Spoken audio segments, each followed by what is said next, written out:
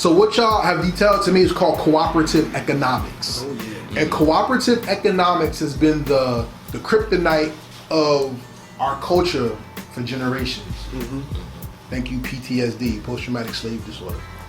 And I find it so hard that, listen, I'm a man, y'all are men, y'all can admit it if y'all want to, I don't care if you do. I like women. Yes. I really do. Shout out to Instagram, it's the devil. But the thing about Instagram is, a girl would tell you, check out my girl and subscribe to her. Right. Check out my friend and subscribe to her. Yeah. But us who have music or books or products, right. we do not stand behind each other like, yo, I'm Dan McNeil, I got this, check out him, I'm gonna be at ChemFest in here and say you may do it, but there's a lot of people who will be like, I got a book, but they're gonna buy my book, not your book, because my book better than yours and whatever, and that actually kills the method of growth. Mm-hmm. Now when you say join your own Avengers, once again, white supremacy made the Avengers because they had government money. Right. How do we use cooperative economics to tie the loose ends to make the genre represent us more than just as a superhero level, but as a community level as well? I think you're hitting us tonight. Those are some tough, some great questions. I think I would start off.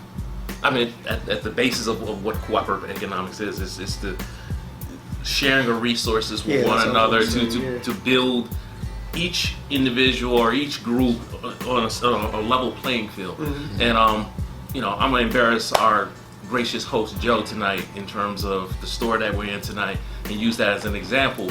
Quite often you have people going to other stores and purchasing and buying items and going out their way that live here in Newark and they'll go somewhere else versus supporting the local store here where someone who supports creators, supports independent comics, works with each individual, has the inventory, has the books, the space, to supply and really address the needs that you have. I think we just got to get out of that mindset. And I forgot which one you guys mentioned in terms of giving people a chance. Oh yeah. I know, as not only as a purchase of comics here and a creator, I'm a walking advertisement for this store. I'm like, hey, have you gone to Fortress of Solitude? Right. Or I'm on Facebook. I'm sure Joe sees me all the time. I'm like, hey, there's a great store down on University Ave. Go check it out. Tell them I sent you. It has to be a mandate. It has to be your mantra to kind of uplift and support other creators, whether it's media, whether it's a festival, whether it's a tangible product. We can all win. There's enough for everybody. Yep. And I think there's a mentality that I'm gonna get mine and hold on to it. Exactly. So I mean, for me, is what Dan was saying. Like kind of sharing the knowledge. I know talking to the good brother here, he's put a lot of people on. The owner here of Fortress of Solitude has put a lot of people on. I mean, he's invested in me, he's invested in you. I mean, the inception of ChemFest starts here, because this is where we met a lot of our creators. He's invited us in here for Free Comic Book Day and all of these other things. We've had New Year's. We've had New Year's celebrations here and all those things. Gaming festivals. Yeah, gaming festivals, all of those things. I'm just gonna say something. I'm Jose, the owner of the store. Every year I have a guy who comes to the store for Free Comic Book Day, right? Yep. But he goes to Eastside Comics to buy his comics and advertise Eastside Comics all the freaking time. What? Right? Yeah. Then he comes every year and has a ball, have a table, make money, let me know this is a big bet, more money at shows. So this year I cut him out.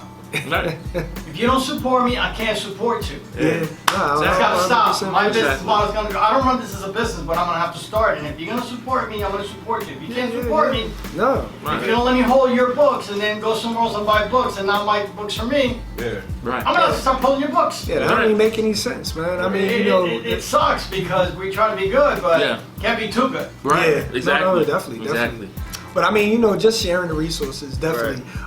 You know, when we talk about that, you know, like we gotta hold on to the information and everything. People email me all the time, hey, I want to start my own comic book. How did you go about that? Yeah. Well, these are the books I read. These are the things I've done. This is the class I took. You know, all of those different things. You know, because you know, knowledge is power, you know. And then, you know, just from a humane and from a community standpoint, you know, community represents unity, you know. So being able to spread that information, you know, each one teach one. That's the philosophy I come from. You know, and be able to use that, you know, generally those actually end up being your biggest fans because you done gave them some jewels, you know, and then being able to share that, and then now they like, well, you done gave me all this, let me get your book, now I'm I'm your biggest fan right now because you're helping me, you know, do something else and be able to reach a greater height. So that's one of the avenues I see that we don't do enough of. But I know, you know, like the brothers here and you know, definitely Jose, he's always, I know we're getting into, because once again, I do not come from the comic book industry. I was a collector. You know, like this is something that, you know, that I had a passion for. But I didn't grow up, you know, I didn't go to school for comic book writing. I didn't go, you know, I'm not an artist or anything like that. But I know I spoke to him like, well, Dad, if I want to sell my books wholesale, how do I go about doing it? You know, and he reached out and he told me, well, these are the numbers, these are the price points that you're going to get. So when you go to Diamond, you got to do this, you got to do that. You know, he spreaded that information to me. So now I know how to wholesale versus getting robbed or anything like that, and understand the industry more at a deeper level. You know, that type of information. You can't get into school. You can't get in a book or anything. That's real world information that you know, that most of the stuff that they say that you don't learn in school, you pay for later, you know, that's one of the things that, you know, he was able to share that, you know, I didn't get an opportunity to pay for, but it actually helped me elevate the business. Right. I think to keep it simple, I think a way that we can shore up like loose ends and stuff like that, like how they just said, like this is where everything started for them as far as collecting comics. Same with me. I think one thing we should do is not forget like our foundation. Oh yeah. You know what I'm saying? Like don't forget that part. Don't forget the lessons that you had to learn on your journey. You know what I'm saying? So I think we've all took a long time to build our foundation that we stand upon now. So a way to tie that loose end is just share your knowledge, like you two just been saying, like share your knowledge all the time. Like don't be afraid to tell your story to people because you don't know what part of your story can help somebody else. You know, and I mean, hey, it don't have to be the Avengers, it could be the brothers, you never know. You know what I'm saying? But yeah.